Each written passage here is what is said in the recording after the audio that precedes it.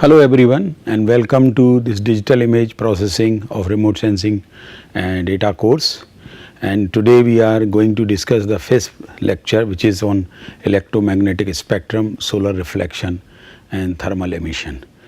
Though it's a purely part of remote sensing, not directly a digital image processing, but in digital image processing we handle all types of remote sensing data which might be coming from different parts of EM spectrum, and therefore the basic understanding about these sections or bands of EM spectrum are very much important for our understanding. You know that electromagnetic radiation, the first requirement for remote sensing is to have energy source, and energy source can come in daytime from the sun, or might be emissivity or emission coming from natural objects. So it has to be illuminated, the target has to be illuminated in order to capture the image of this. And as you know that all EM radiation has fundamental properties and behaves in predictable ways according to the basics of wave theory, which we will see in little brief what is wave theory.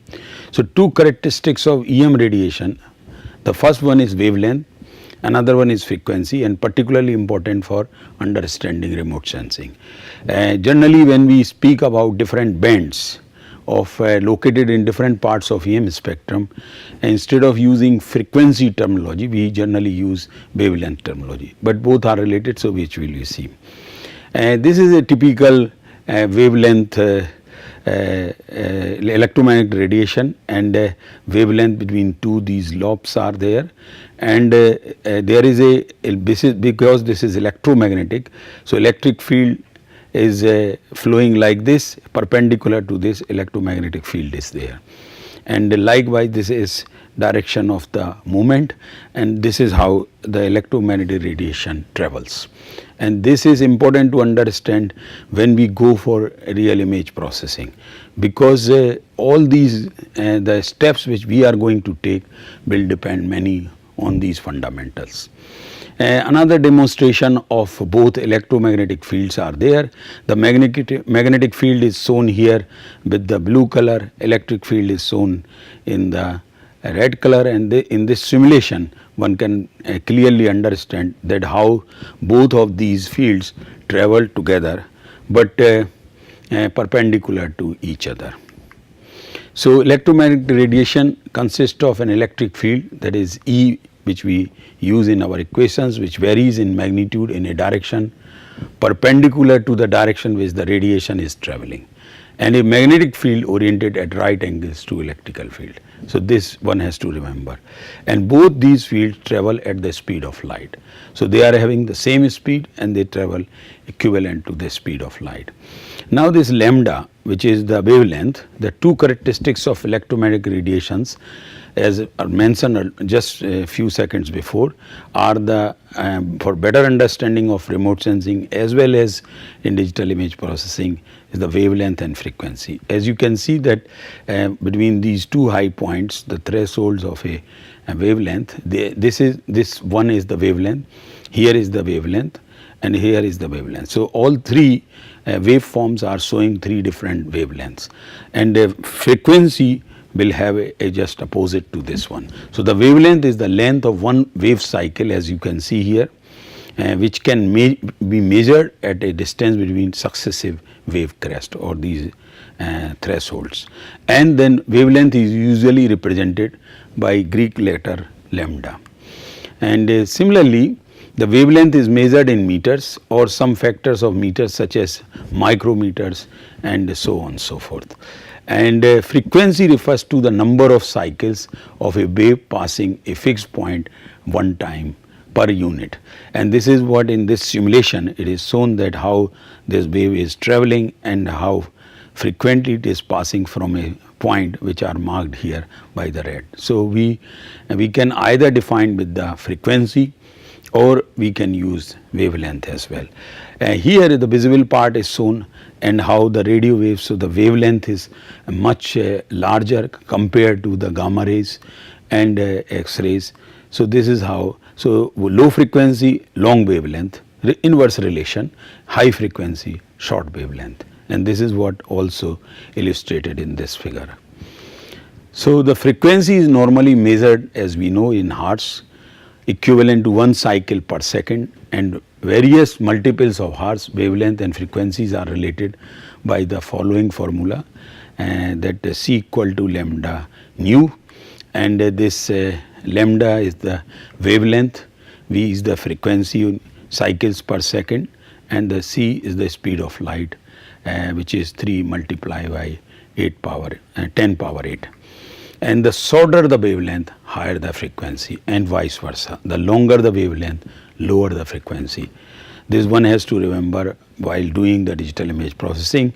Understanding the characteristics of electromagnetic radiation in terms of their wavelength and frequency is crucial to understanding the information to be extracted and from remote sensing data during the digital image processing. This is a very simple simple form of electromagnetic spectrum, and how the different wave parts which sections of EM spectrum are shown, like for example radio waves are shown here, which are used for our radio transmissions or other purposes, announcements and other things. Microwaves is another one field which is again very common. Then infrared. Visible part is occupy only very small portion of entire EM spectrum. Then you are having ultraviolet light and X-rays and other things. In some EM spectrum you would show that they are shown in a reverse fashion, that means they will start from shorter wavelength, go to higher, but here it is a reverse, because here lower frequencies are shown first, higher frequencies are shown later. Like this AM radio, and then comes FM radio, then microwave oven, then radar, then the pupil which we can see the things, light bulbs, and then other X-ray and so on and so forth. Now we will see in detail the different parts of EM spectrum.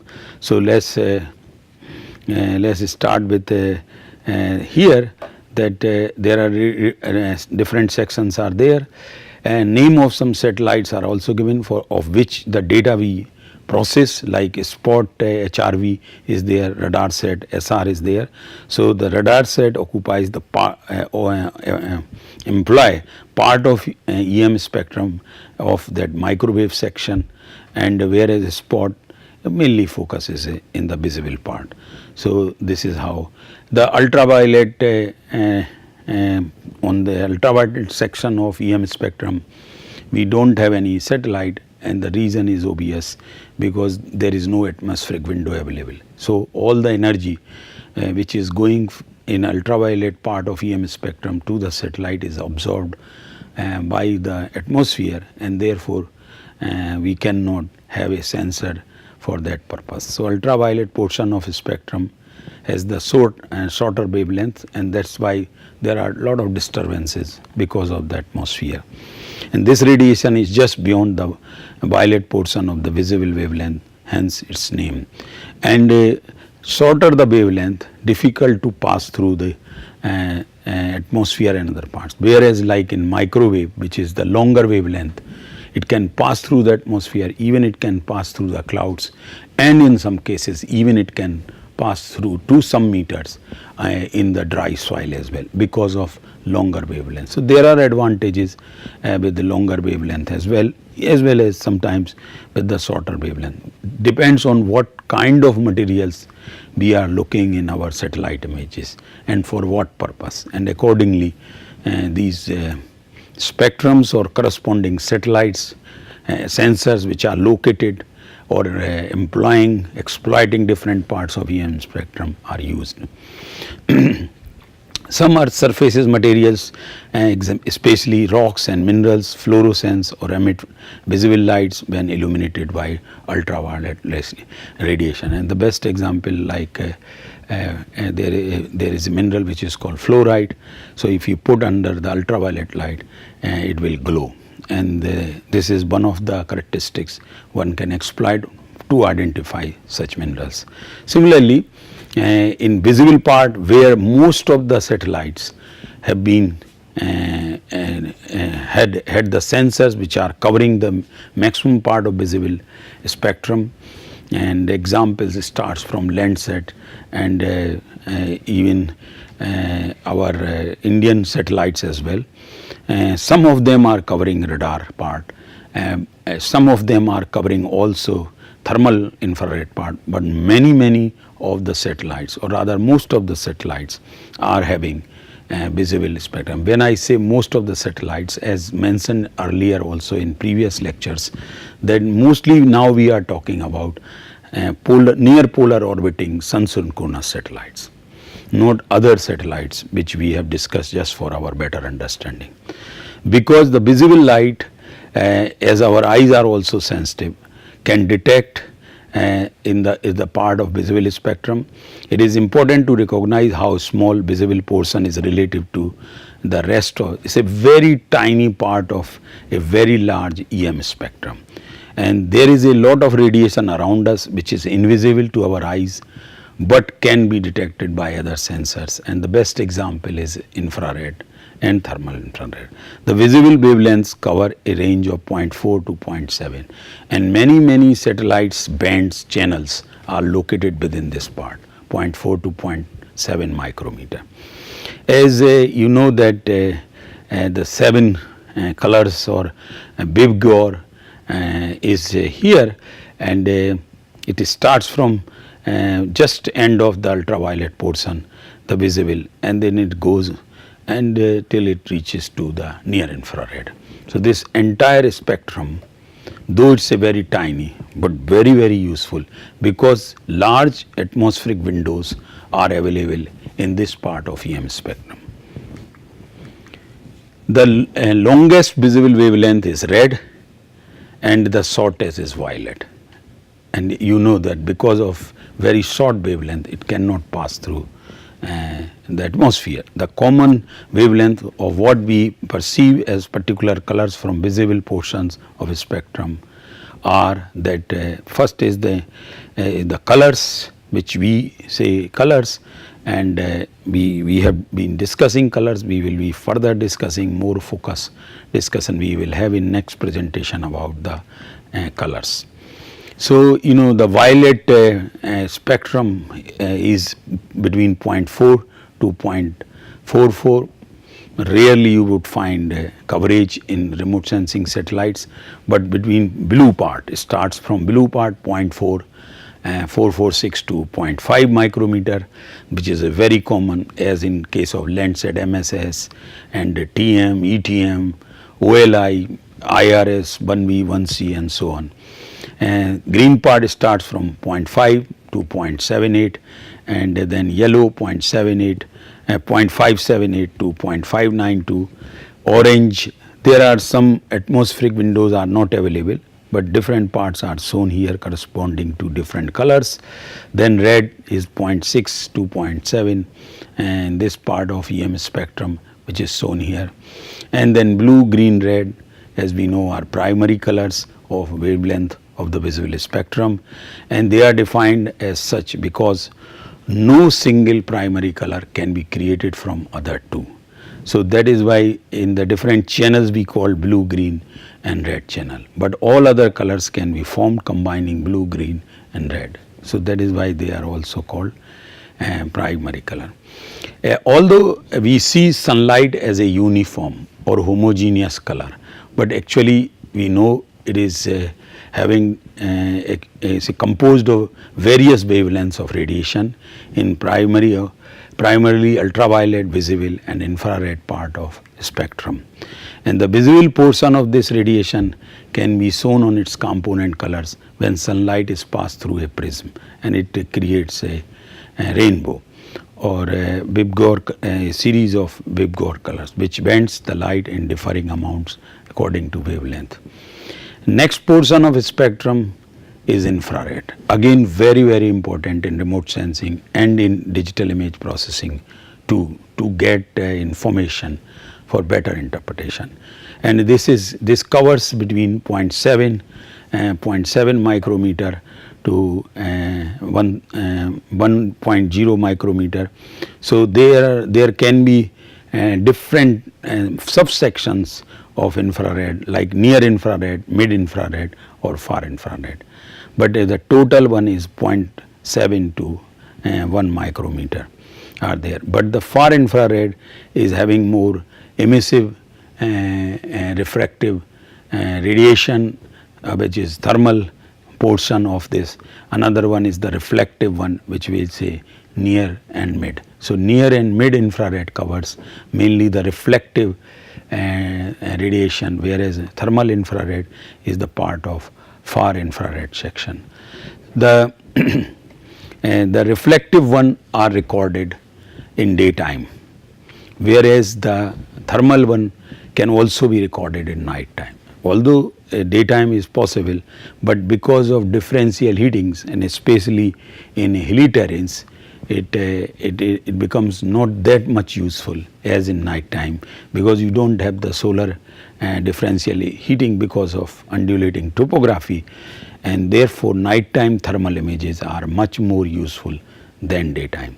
But daytime reflective images in infrared part, like near infrared or mid infrared, are very useful, especially for detection of vegetation, different species of vegetation, the conditions, growth of vegetation, and so on and so forth. So this portion of EM spectrum is very useful. The infrared region can be divided, as mentioned, the reflected one and thermal one, and the radiation in the reflected region is used for remote sensing purposes in the ways very similar to radiation in the visible portion.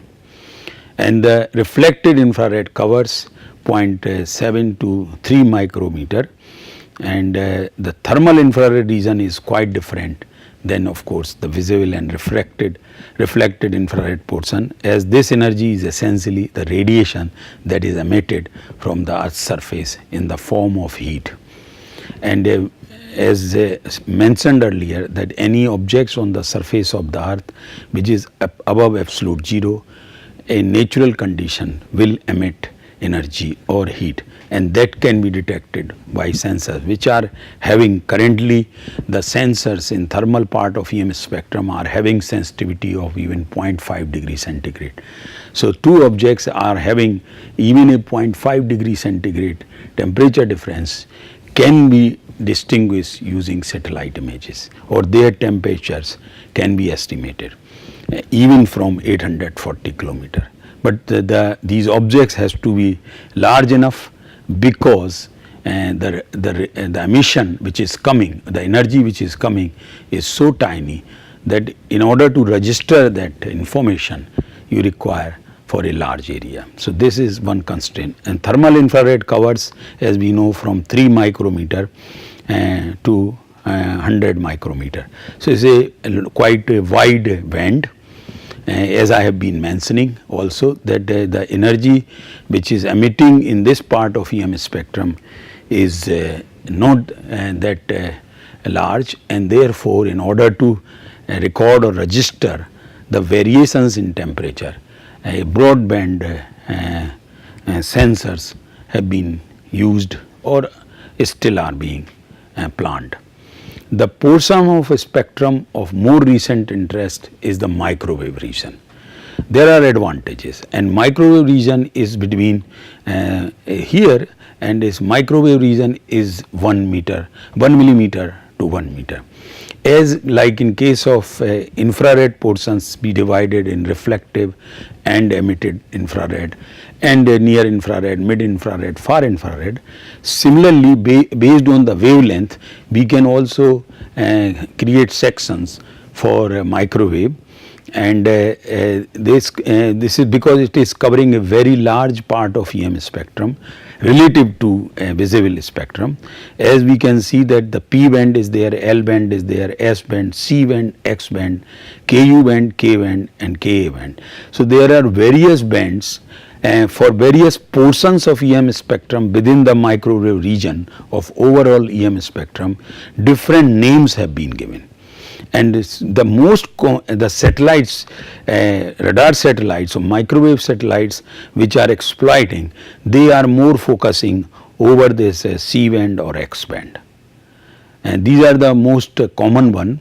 And there are rarely other part of microwave regions are being exploited by the satellite remote sensing. There might be some other applications, but other main applications are here. Like this latest in the series is Sentinel, again is a C-band exploitation by the satellite. The shorter wavelengths have properties similar to the thermal infrared region in microwave part here in the beginning, and then as you go higher and higher, longer towards the longer wavelengths, then properties changes. So it's having like similar to thermal infrared region, while the longer wavelength approaches the wavelength of radio broadcast. So there also it is being used. So this the